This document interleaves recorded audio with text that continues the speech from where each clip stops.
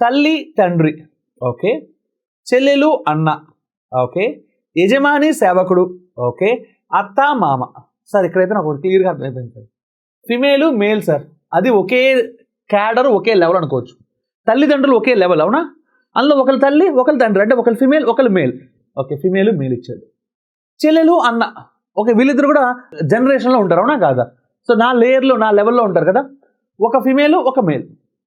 అత్త మామ, సో ఇక అత్త మామ అనేది మనం రెండు రకాలుగా అర్థం చేసుకోవచ్చు. మా అమ్మకి అన్నయ్య, అలాగే తన భార్య.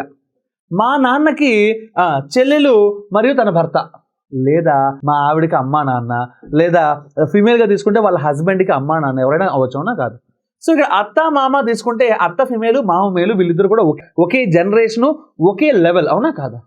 ఈడేంటి సార్ మధ్యలో యజమాని సేవకుడు అన్నారు? అంటే నువ్వు ఫిమేలు మేలు వర్షన్ చెప్తుంటే ఒకే జనరేషన్కి ఒకే పవర్కి నువ్వు చెప్తుంటే ఒకే స్టాటస్కి వీడేమో యజమాని సేవకుడని లెవెల్ మార్చేస్తున్నాడు, అవునా కాదా? సో వీడే మన ఆడ్ వన్, అవునా?